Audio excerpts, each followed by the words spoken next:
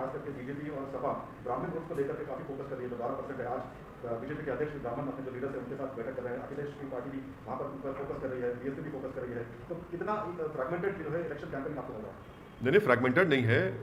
आपने सही कहा कि अखिलेश यादव और बीजेपी और बीएसपी हमारे ब्राह्मण भाइयों के वोटों के लिए पूरी कोशिश कर रही है, मगर देखिए इन तमाम में कॉमन फैक्टर है कि सिवाय 19% उत्तर प्रदेश के मुसलमानों के सब कास्ट और बरादरियों के ऊपर मेहनत की जा रही है, और 19% मुसलमानों को इन तमाम पार्टीज़ ने यतीम और लाचार बनाकर छोड़ दिया है और इनके कोई वोट की अहमियत नहीं रही। तो यही बात हम उत्तर प्रदेश के मुस्लिम माइनॉरिटी को बता रहे हैं कि भाई आपकी कोई लीडरशिप को आपको पैदा करना पड़ेगा। आपकी वोट की अहमियत उस वक्त लोगों को मालूम होगी जब आप अपनी लीडरशिप को बनाएंगे। जो ये पॉलिटिकल पार्टीज़ कभी भी इस बात को मानने के लिए तैयार नहीं, ना इस चीज़ की कोशिश करेंगे कि उत्तर प्रदेश के 19% मुसलमानों को उनका हिस्सा मिले और उनकी एक लीडरशिप बने, उनके दरमियान में से एक नहीं बल्कि कई नेता निकले जो मुस्लिम माइनॉरिटी के जस्टिस के लिए काम कर सके।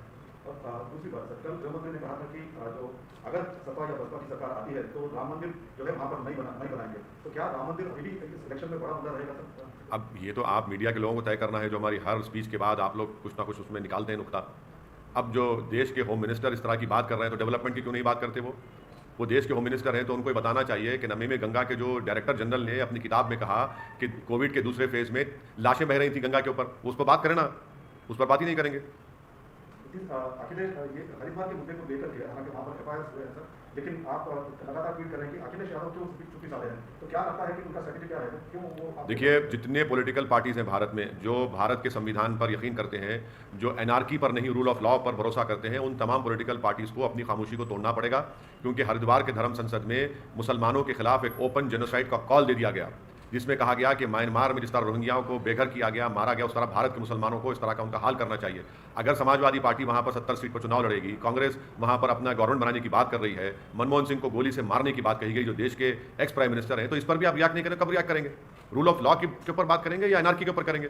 तो इनकी खामोशी इनको एक्सपोज करती है और ये बताता है कि इसलिए खामोश है क्योंकि इनको फिक्र है कि दूसरा वोट नहीं मिलेगा। मगर यहाँ पर वोट की नहीं, यहाँ पर जेनोसाइड का कॉल दिया जा रहा है। मगर अच्छा है, देश देख रहा है इन पॉलिटिकल पार्टीज को, चाहे समाजवादी और कांग्रेस हो, कैसे लोग खामोश बैठे। और उत्तराखंड में बीजेपी की सरकार के आशीर्वाद और पूरी सपोर्ट पर इस तरह के धर्म संसद हुआ, उन्हीं की सपोर्ट पर, उन्हीं की ईमा पर, उन्हीं की पूरी सपोर्ट के ऊपर इस तरह की बातें की गई। सिर्फ एफआईआर इशू करने से नहीं होता, उनको गिरफ्तार करना चाहिए। ये तमाम ऑर्गेनाइजेशंस को यूएपीए के तहत बैन करना चाहिए, तभी जाकर रोक लगेगा, वरना ओपन कॉल पर जेनोसाइड किया जा रहा है भारत के मुसलमानों के बारे में।